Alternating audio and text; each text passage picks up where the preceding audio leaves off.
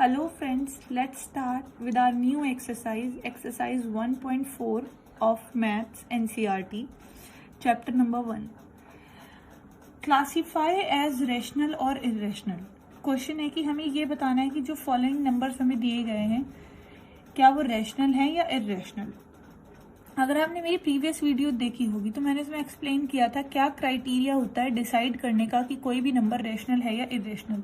एक quick review लेते हैं। Sum, difference, multiplication, division of two rational number is always a rational number. अगर हम किसी भी दो रैशनल नंबर्स को मल्टीप्लाई, प्लस, डिवाइड, माइनस करते हैं तो हमेशा एक रैशनल ही मिलता है। Sum, difference, multiplication, division of a one rational and one irrational number is always irrational. Similarly अगर हम प्लस, माइनस, मल्टीप्लाई, डिवाइड एक रैशनल और एक इर्रेशनल को करते हैं तो हमेशा इर्रेशनल नंबर मिलता है। Sum, difference, multiplication, division of two irrational number are not always irrational. लेकिन अगर हम दो इर्रेशनल नंबर्स को प्लस करें, मल्टीप्लाई करें, माइनस करें या डिवाइड करें, जरूरी नहीं है कि नंबर इर्रेशनल ही होगा, वो रैशनल भी हो सकता है। तो जैसे कि हमारा फर्स्ट पार्ट है 2 माइनस रूट 5। अगर हम 2 को देखें तो 2 एक रैशनल नंबर है, रूट 5 एक इर्रेशनल नंबर है। और हमने अभी पढ़ा था सेकंड पॉइंट में कि sum, difference and multiplication of an rational and an irrational is always irrational, यानी ये आंसर क्या होगा, इर्रेशनल। अब अगर कोई नंबर सॉल्व हो सकता है तो हम उसे जरूर सॉल्व करेंगे। जैसे कि 3 प्लस रूट 23, अगर मैं ब्रैकेट ओपन करूं तो भी ऐसे ही रहेगा, और माइनस के root 23। Same number positive, same number negative, cancel out, तो आंसर इज 3। और 3 हमें पता है कि कैसा नंबर है, rational. Now come to next part, third part, 2 root 7 and 7 root 7। अब इसमें भी अगर हम सिंप्लीफाई कर सकते हैं तो हम करेंगे। जैसे कि रूट 7 जो है वो न्यूमरेटर और डिनोमिनेटर दोनों में है, तो रूट 7 कैंसिल आउट रूट 7, तो answer is 2/7 and it is in the form p upon q, so it is a rational number. Now look at this part. 1 is a rational number where root 2 is an irrational number. Again rational को अगर हम plus करें, minus करें या divide करें एक irrational के साथ तो आंसर हमेशा irrational होता है। Again in this part 2 root pi का मतलब है 2 पाई का मतलब 2 into पाई।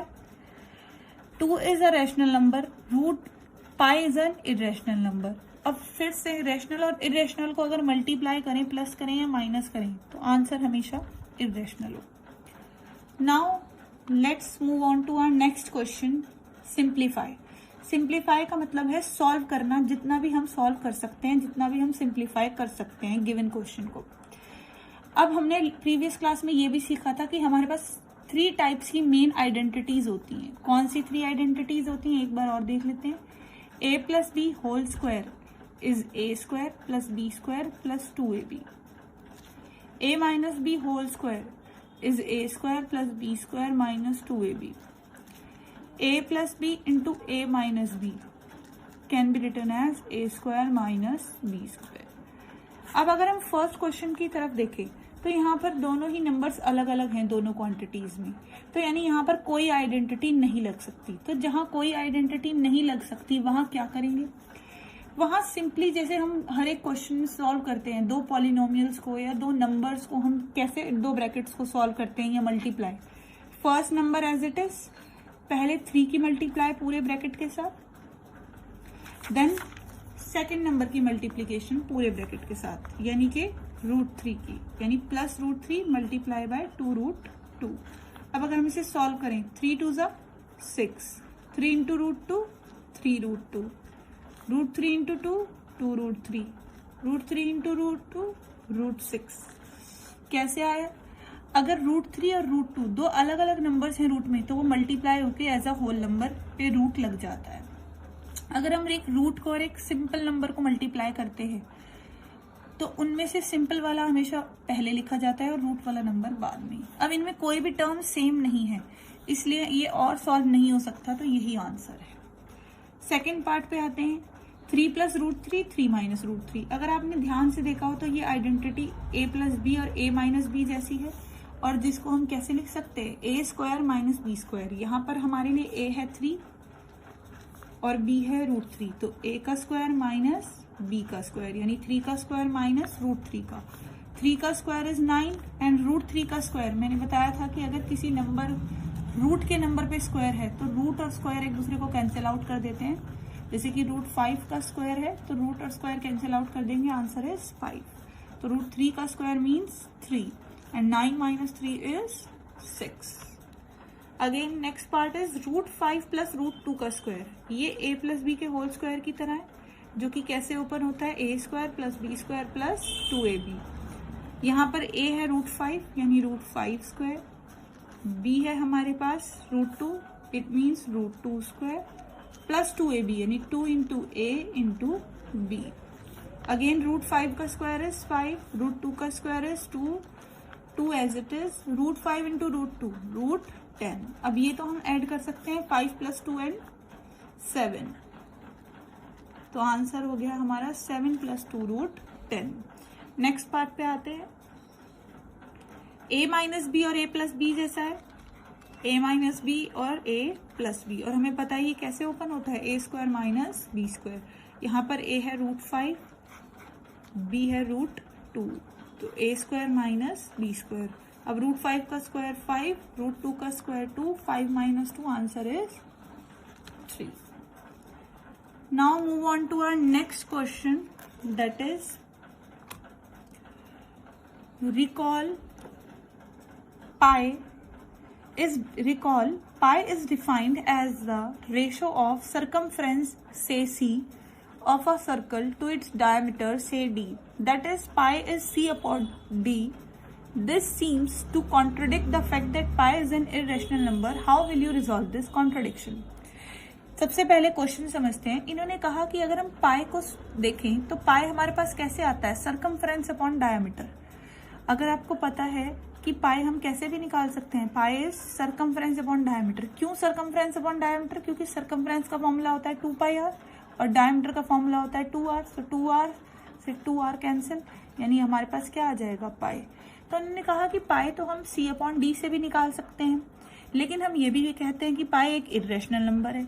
अगर पाई एक इर्रेशनल नंबर है तो ये p अपॉन q दो नंबर्स की फॉर्म में यानी रैशनल की तरह कैसे लिखा जा सकता है। तो यानी अगर हम p अपॉन q में लिख रहे हैं तो पाई तो एक रैशनल होना चाहिए, तो फिर ये इर्रेशनल कैसे है।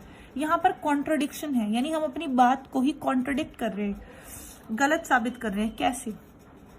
तो ये बिल्कुल भी कॉन्ट्रडिक्शन नहीं है। हमने कुछ पाई इर्रेशनल नंबर है तो पाई इर्रेशनल ही रहेगा, c अपॉन डी कहने से भी वो रैशनल नहीं होगा। क्यों नहीं होगा? There is no contradiction. Why? Since pi is c upon d, here circumference और diameter are not given.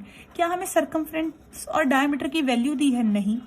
जब हमें वैल्यू नहीं दी तो हमें कैसे पता है कि ये इंटीजर्स ही हैं? c और d एग्जैक्ट वैल्यू ही हैं, एक कंप्लीट नंबर ही हैं, या ये कह सकते हैं कि c और d क्या रैशनल नंबर ही हैं या इंटीजर्स ही गिवन है। जब हमें गिवन ही नहीं है इनकी वैल्यू तो हम ये कैसे कह सकते हैं कि ये भी एक इंटीजर है और ये भी एक इंटीजर है, और दो इंटीजर्स को डिवाइड करेंगे तो आने वाला भी एक इंटीजर ही है। इसका मतलब when we measure a length with a scale और any other measurement we only get an approximate value. तो ये जो c और d की वैल्यू दी है हमें, ये कोई एग्जैक्ट वैल्यू नहीं है, ये एक अप्रोक्सीमेट वैल्यू होती है, चाहे वो सर्कमफ्रेंस हो या डायमीटर। तो अप्रोक्सीमेट वैल्यू का रेशियो तो इर्रेशनल ही होगा। Approximate value means irrational values, so we never get the exact value. So c और d में भी इर्रेशनल, तो यहाँ पर c और d इर्रेशनल भी तो हो सकते हैं, और हमें पता है कि अगर हम इर्रेशनल नंबर्स को डिवाइड करें तो वो क्या आते हैं, इर्रेशनल आ सकते हैं, या फिर रैशनल और इर्रेशनल हो तो भी वो आंसर क्या आ सकता है, irrational. So it means pi is an irrational number. Now let's move on to our next question, that is question number 5 and very important question. एक पार्ट तो आपको इसका जरूर मिलेगा अपने एग्जाम में। क्वेश्चन क्या है, rationalise the denominators. Denominator word को मैंने क्यों हाईलाइट किया है, डिनोमिनेटर्स में अगर हमारे पास कभी भी रूट का नंबर है, यानी ऐसा नंबर है जो रूट में है और वो डिनोमिनेटर में लिखा है, तो हमेशा उसे रैशनलाइज करेंगे।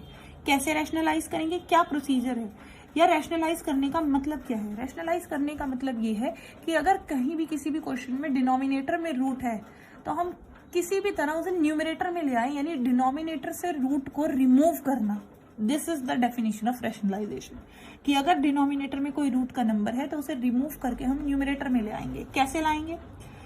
फॉर एग्जाम्पल हमारे पास 1/√7 लिखा है। जो नंबर रूट में है अगर वो सिंगल है, यानी प्लस या माइनस में और कुछ नहीं है, प्लस या माइनस में, मेरे वर्ड्स को ध्यान देंगे, प्लस या माइनस में कुछ नहीं है, तो उसी नंबर से ऊपर नीचे न्यूमरेटर में और डिनोमिनेटर में सेम रूट वाले नंबर से मल्टीप्लाई होगी।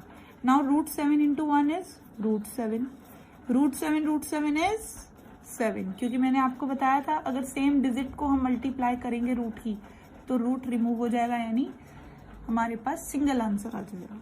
अब देखिए, आप आंसर में देख सकते हैं कि हमने रूट को डिनोमिनेटर से हटा दिया है, भले ही वो न्यूमरेटर में आ गया है पर हमने डिनोमिनेटर से तो रिमूव कर दिया। यही रैशनलाइज करने का मोटिव होता है कि डिनोमिनेटर से रूट हट जाए, न्यूमरेटर में आए उससे कोई प्रॉब्लम नहीं है। अब 8√3/√2, हम किस रूट को हटाना चाहते हैं? डिनोमिनेटर वाले, यानी कि √2 को हटाना चाहते हैं, तो उसी से ऊपर नीचे मल्टीप्लाई करेंगे। नाउ √2 × √2, तो डिनोमिनेटर में तो आ गया 2, 8 as it is, √3 × √2 is √6, 3 2s are 6. Now 2 1s are 2, 2 4s are 8. तो आंसर इज 4√6। ये तो थे जब डिनोमिनेटर्स में सिंगल नंबर्स हो। अगर डिनोमिनेटर में प्लस माइनस में नंबर्स हैं तो हम कैसे करेंगे? 1/√7 - √6। अब हमारे पास दो नंबर है रूट में और उनके बीच में माइनस का साइन है, तो इसकी एक ट्रिक होती है। ट्रिक क्या होती है कि अगर दोनों नंबर्स के बीच में मिडिल में माइनस का साइन है तो हम ऊपर नीचे प्लस से करेंगे मल्टीप्लाई, यानी कि √7 + √6 से ऊपर नीचे मल्टीप्लाई करेंगे, क्योंकि डिनोमिनेटर में माइनस था तो ऊपर नीचे प्लस से करेंगे। अब आपको पता लगेगा हमने ऐसा क्यों किया है। हमने ऐसा इसलिए किया है कि अब √7 + √6 की 1 से मल्टीप्लाई करेंगे तो वही आ जाएगा। लेकिन अगर आप नीचे देखो तो नीचे तो आइडेंटिटी बन गई a - b and a + b, और हमें पता है a - b और a + b की आइडेंटिटी क्या होती है? a² - b²। अब ध्यान से देखेंगे, ऊपर तो √7 + √6 ही रहेगा। √7 का स्क्वायर 7, √6 का स्क्वायर 6, √7 + √6, और ऊपर नीचे क्या आ गया? 7 - 6 इज 1। हमने डिनोमिनेटर से रूट को रिमूव कर दिया और भले ही न्यूमरेटर में आ गया पर हमने डिनोमिनेटर से तो रिमूव कर दिया। यही रैशनलाइज करने का मोटिव था। अब आते हैं नेक्स्ट क्वेश्चन पे। 1/√5 + √2। अब क्योंकि बीच में प्लस का साइन है तो ऊपर नीचे माइनस से करेंगे मल्टीप्लाई। अब ऊपर नीचे माइनस से कर दिया हमने। √5 - √2 की 1 से मल्टीप्लाई करेंगे तो एज इट इज आ जाएगा। अब फिर से नीचे देख सकते हैं a + b, a - b, तो आइडेंटिटी क्या हो जाएगी? a² - b²। अब हमें पता है कि a² - b² को ओपन करना है। √5 का स्क्वायर तो 5 ही आ जाएगा। √2 का स्क्वायर, रूट और square cancel out, 2। 5 - 2 is 3, that is the answer. Now these two parts are homework. So let's do the 7th part. ये आपके लिए होमवर्क है, आप ट्राई करें और कमेंट में मुझे इसका आंसर दें। 1/7 + 3√2। अब हम इसे कैसे करेंगे? अगेन सेम रूल है हमारे लिए कि बीच में अगर प्लस का साइन है तो हम ऊपर नीचे माइनस से करेंगे मल्टीप्लाई। 7 - 3√2। अब 7 - 3√2 की अगर 1 से मल्टीप्लाई करेंगे तो 7 - 3√2। नीचे लेकिन फिर भी आइडेंटिटी है a + b, a - b, तो क्या हो जाएगा? a² - b²। हमारे लिए b नंबर क्या है? ये पूरा a है और ये हमारे लिए b है, तो यानी a 7 है और b कितना है? 3√2। अब ध्यान से देखेंगे इसको, 7 का स्क्वायर इज 49, लेकिन हम 3√2 को कैसे सॉल्व करें? तो बहुत ईजी है, ध्यान से देखेंगे। 3√2 का स्क्वायर मीन्स 3√2 को 2 टाइम्स मल्टीप्लाई करना है। स्क्वायर का मतलब 2 बार सेम चीज मल्टीप्लाई करो। तो अगर हम 2 बार सेम चीज को मल्टीप्लाई करेंगे तो कैसे करेंगे? 3 और 3 तो सिंगल है, 3 3 जा 9, √2 2, क्योंकि √2 से क्या आ जाएगा? रूट कैंसिल आउट हो जाएगा, 2, 9 2 जा 18, तो आंसर कितना आ गया? 18। और अब हमें पता है 49 में से 18 माइनस करेंगे तो आंसर आएगा 31, और हमने डिनोमिनेटर से रूट रिमूव कर दिया। यही हमारा मोटिव था। अब आते हैं नेक्स्ट क्वेश्चन पे।